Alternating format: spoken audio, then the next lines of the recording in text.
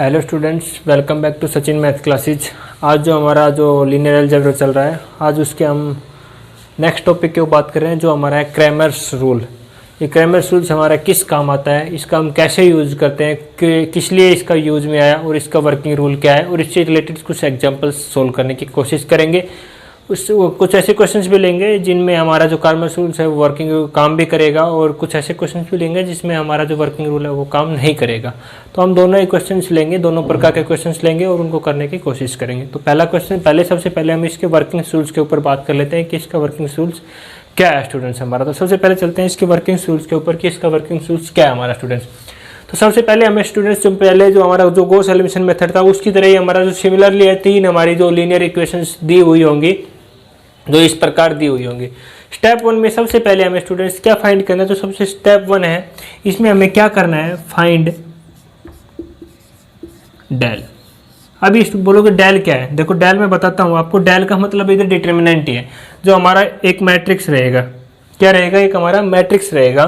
तो डेल हमारा किसके इक्वल रहेगा, del is equal to determinant of, किसका डिटर्मिनेंट रहेगा, जो हमारी मैट्रिक्स है। क्या है, coefficient A1 B1 C1, A2 B2 C2, A3 B3 C3, ये हमारा है डेल। इसका डिटर्मिनेंट है वो हमारा क्या हो जाएगा स्टूडेंट्स, डेल आ जाएगा। यही हमारा पहला स्टेप है, हम डेल फाइंड करेंगे। डेल हमारा किसके इक्वल है, डिटर्मिनेंट ऑफ जो गिवन मैट्रिक्स है उसके इक्वल है स्टूडेंट्स। ठीक है स्टूडेंट्स, ये हमारा सिंपल सा आ जाएगा। इधर से हम डेल का ये डेल निकाल लेंगे, इसका डिटर्मिनेंट किसके इक्वल आएगा, हमारा डेल के इक्वल आएगा स्टूडेंट्स। तो पहले ये हमारा पहला स्टेप रहेगा। जो सेकंड है, जो हमारा सेकंड स्टेप है, उसमें हम चेक करेंगे कि डेल है वो इक्वल टू 0 आ रहा है या डेल है हमारा नॉट इक्वल टू 0 आ रहा है। तो इसका जो गिवन मैट्रिक्स है उसका जो डिटर्मिनेंट निकाल रहे हैं वो हमारा डेल है जो 0 के इक्वल आएगा या नॉट इक्वल टू 0 आएगा स्टूडेंट्स। अगर हमारा del is not equal to 0 आया, ये आया, तो हमारा क्रैमर्स रूल्स एप्लीकेबल होगा। हम क्वेश्चंस को आगे सोल्व करेंगे। अगर डेल इज इक्वल टू 0 आया तो हम इसको सोल्व नहीं करेंगे। क्या करेंगे, इसको सोल्व नहीं करेंगे, क्योंकि हमारा डेल है वो नॉट इक्वल टू 0 आना चाहिए। जो डिटर्मिनेंट है, डेल का मतलब यही है, जो इसका डिटर्मिनेंट है वो नॉट इक्वल टू 0 आ रहा है, तभी हम आगे इसको क्रैमर्स रूल से सोल्व करेंगे। अगर हमारा डिटर्मिनेंट है वो इक्वल टू 0 आ गया तो हम इस क्वेश्चन को हम गॉस एलिमिनेशन मेथड की हेल्प से सोल्व करेंगे स्टूडेंट्स। जो गॉस एलिमिनेशन मेथड है वो मैं पिछले लेक्चर्स में बता चुका हूं कि कैसे गॉस एलिमिनेशन मेथड हम यूज करेंगे। तो हमारा सेकंड स्टेप क्या है कि हमारा ये आना चाहिए, जो डेल है वो नॉट इक्वल टू 0। डेल का मतलब क्या है, डिटर्मिनेंट ऑफ ये। अब स्टेप 3 हमारा स्टूडेंट्स क्या है, स्टेप 3 में हमें क्या फाइंड करना है, डेल एक्स। क्या है, क्या फाइंड करना है, डेल एक्स। वो क्या होगा, ये है, क्या होगा स्टूडेंट्स, देखो ये हमारा ये डिटर्मिनेंट है, जो हमारे कोफिशिएंट है A1 A2 A3। जब x की जगह हमारे क्या x को हम छोड़ देते हैं, पहले x के कोफिशिएंट हम नहीं लिखते, हम y के लिख लेते हैं। क्या है, B1 B2 B3 और C1 C2 C3 स्टूडेंट। ठीक है, अब हमारा क्या है स्टूडेंट्स, हम डेल x में क्या है कि क्रैमर्स रूल्स क्या बोलता है कि हम जब डेल x निकालेंगे तो ये हम x की जगह हम ये करेंगे, ये लिख देंगे, जो हमारे जो हम b लेट करते थे पहले, तो हमारा E F और G आ जाएगा स्टूडेंट्स। ठीक है स्टूडेंट्स, उसके बाद हम क्या फाइंड करेंगे, डेल y। क्या फाइंड करेंगे, डेल y।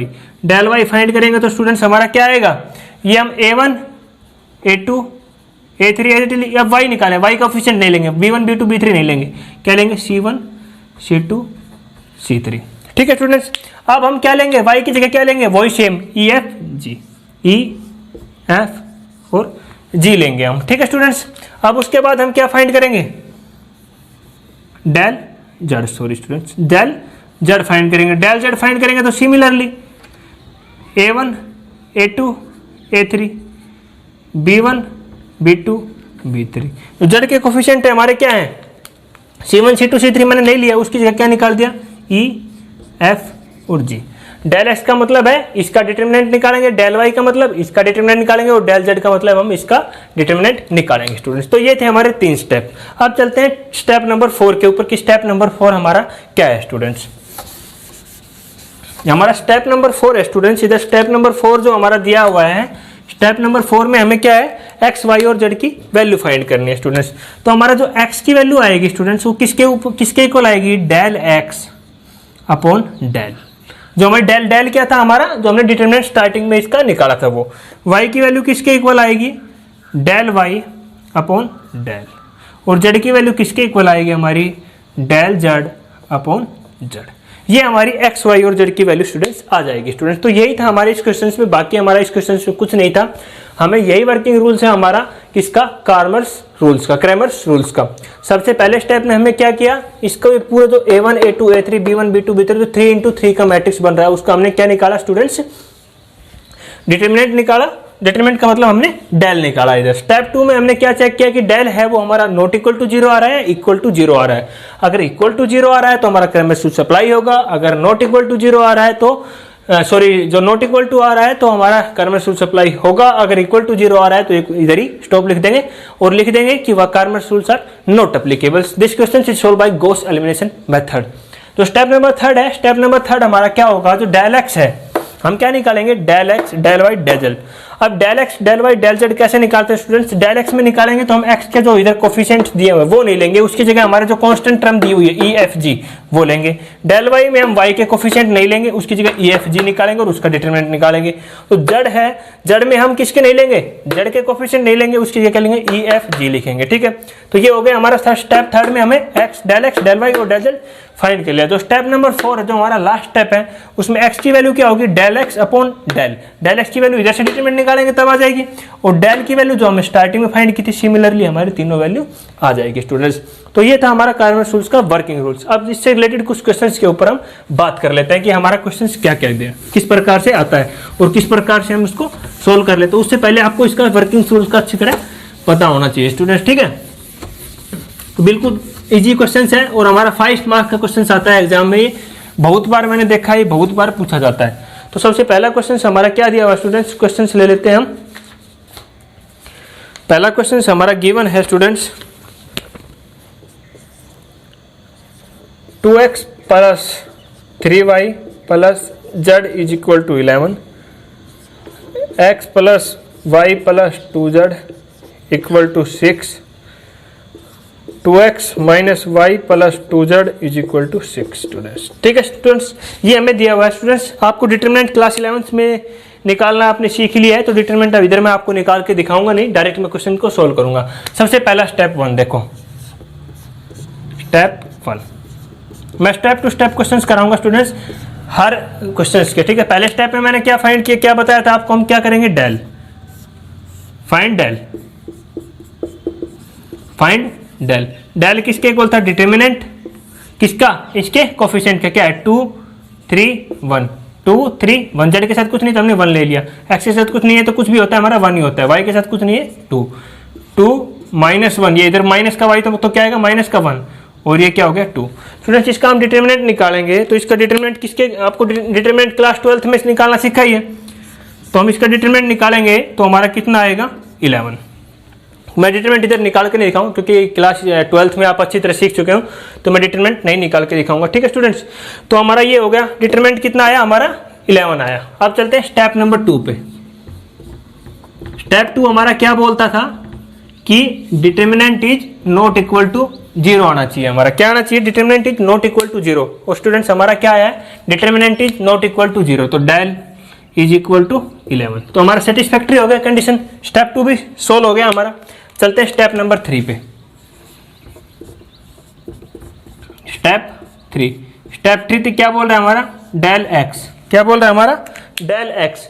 डेल एक्स हमारा क्या होगा स्टूडेंट्स, ये था हमारा, क्या था इधर क्या था, डेल एक्स में ई एफ जी मतलब ये हमारा ये था, और बाकी हमारा एफ एक्स में हम ई एफ जी लेंगे, बाकी हम सेम कोफिशिएंट लिख देंगे। क्या होंगे हमारे कोफिशिएंट, मतलब मैंने क्या बताया था, B1 B2 B3 C1 C2 C3। मैंने ये बताया था आपको कि हम x के कोफिशिएंट लेंगे, x की जगह क्या लेंगे, जो हमारा जो B मैट्रिक्स दिया होगा हम वो लिख लेंगे। तो हम ये लिख लेंगे, तो इसकी जगह मैं क्या लिखूं, इसकी जगह मैं क्या लिखूंगा, del x is determinant of किसका, 11 6 6।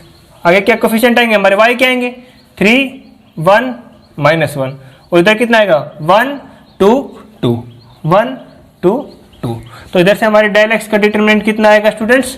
आपने क्लास 11th में हमारा डेल एक्स का डिटरमिनेंट निकालना सीखा, ये कितना आ जाएगा हमारा? इधर से डेल एक्स का डिटरमिनेंट हमारा कितना आ जाएगा? 22। डेल वाई कैसे फाइंड करेंगे हम? जैसे हमने सेम क्या करेंगे, डिटरमिनेंट जो हमने लिखा था 11 6 6, वो आप किसकी जगह लिखेंगे? वाई की जगह, कोफिशिएंट की जगह 11 6 और 6। और हमारा क्या है जो डेल वाई है वो कितना, एक्स का कोफिशिएंट क्या है? 2 1 2, क्या लिखेंगे? 2 1 2। और जेड के कोफिशिएंट क्या है? 1 2 2 1 2 2। स्टूडेंट्स आपने डिटरमिनेंट निकालना सीखा है इसका, तो इसका डिटरमिनेंट हमारा कितना आ जाएगा? इधर से 22 आ जाएगा स्टूडेंट्स। तो सिमिलरली अब क्या फाइंड करेंगे हम? सिमिलरली हम फाइंड करेंगे डेल जेड। क्या फाइंड करेंगे? Del z. Del z find करेंगे तो हमारा सिमिलरली क्या होगा? जो हमने लिखा था 11 6 6, वो अब किसकी जगह जाएंगे? जेड के कोफिशिएंट की जगह 11 6 6, और ये हमारा सेम हो जाएगा 2 1 2, और इधर कितना कोफिशिएंट है? 3 1 और -1, हमारा ये आ जाएगा। इसका डिटरमिनेंट निकालेंगे तो हमारा कितना आ जाएगा? डेल जेड कितना आएगा हमारा? -22 आ जाएगा हमारा। डेल एक्स की वैल्यू कितनी आई? 22 आई। डेल वाई की वैल्यू कितनी आई? 22 आई। डेल जेड की वैल्यू कितनी आई? -22 आई। अब हम स्टेप नंबर 4 के ऊपर चलते हैं कि स्टेप नंबर 4 हमारा क्या गिवन है स्टूडेंट्स, ठीक है। स्टेप नंबर 4 हमारा गिवन है।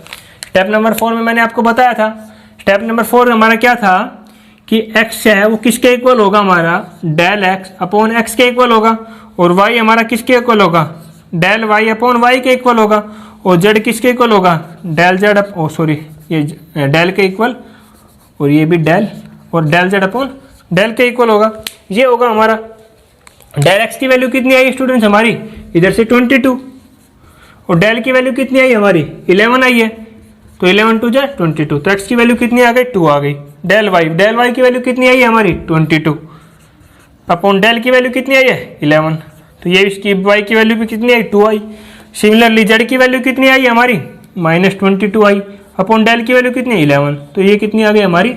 -2। तो इस प्रकार एक्स की वैल्यू भी आ गई, वाई की वैल्यू भी आ गई, और हमारी जेड की वैल्यू भी आ गई। तो हमने इस क्वेश्चन को कितने स्टेपों में किया? 4 स्टेपों में सोल्व किया। पहले स्टेप में हमें क्या किया? डेल फाइंड आउट किया। किसका किया? इस दो हमारा गिवन मैट्रिक्स के एक्स वाई जेड के कोफिशिएंट, उससे हमने जो मैट्रिक्स बना था उसका निकाला। स्टेप 2 में हमें चेक किया कि डेल हमारा नॉट इक्वल टू 0 है या नहीं है। स्टेप नंबर 3 में हमने डेल एक्स किया। डेल एक्स कैसे फाइंड किया?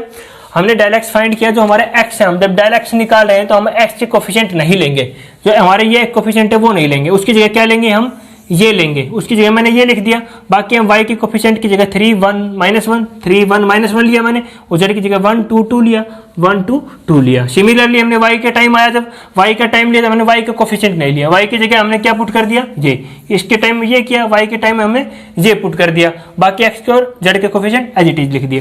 जब z का नंबर आया तो हमने z की जगह ये लिख दिया जो हमारा 11 6 6 था, और x और y के कोफिशिएंट हमने इधर से देख के एज इट इज लिख दिया, उसका डिटरमिनेंट निकाल दिया। फोर्थ स्टेप में क्या किया? x के हमारा क्या formula? Del x upon del. Del x की वैल्यू इधर से आ गई थी, डेल की वैल्यू अपने पहले निकाल ली थी, तो ये हमारी 2 आ गई। सिमिलरली हमने x y z की वैल्यू फाइंड आउट कर ली स्टूडेंट्स। तो ये था हमारा करंट सोर्स का पहला क्वेश्चन। अब किस केस में हमारा क्या होता है कि डेल इज इक्वल टू 0 आ जाता है। एक क्वेश्चन उस प्रकार का हम और ले लेते हैं।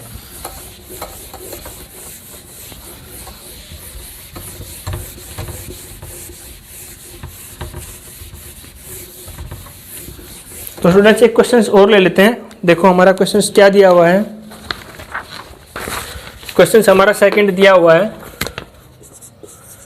कि हमने ले लिया 3x + 3y - 5z = 3, x + 2y + z = -1, और हमारा 2x + y - 6z = 4 स्टूडेंट्स। हमारा ये क्वेश्चन है स्टूडेंट्स, ठीक है स्टूडेंट्स। तो सबसे पहले स्टेप में हम क्या करते हैं? स्टेप नंबर 1 था हमारा।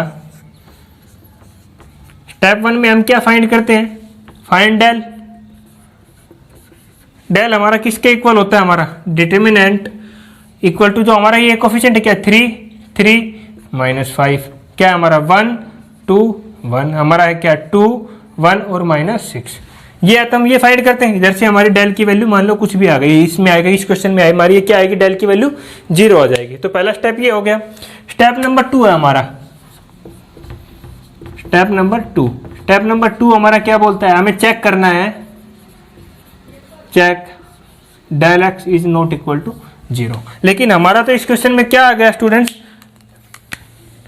डेल इज इक्वल टू 0, तो हमारा तो केस अनसेटिस्फाइड हो गया, क्योंकि हमारा क्या है स्टेप 2 में क्या हमारा del is equal to not equal to 0 चाहिए, हमारा क्या आ रहा है डेल इज इक्वल टू 0 आ रहा है, तो हमारा क्या हो गया केस फेल हो गया।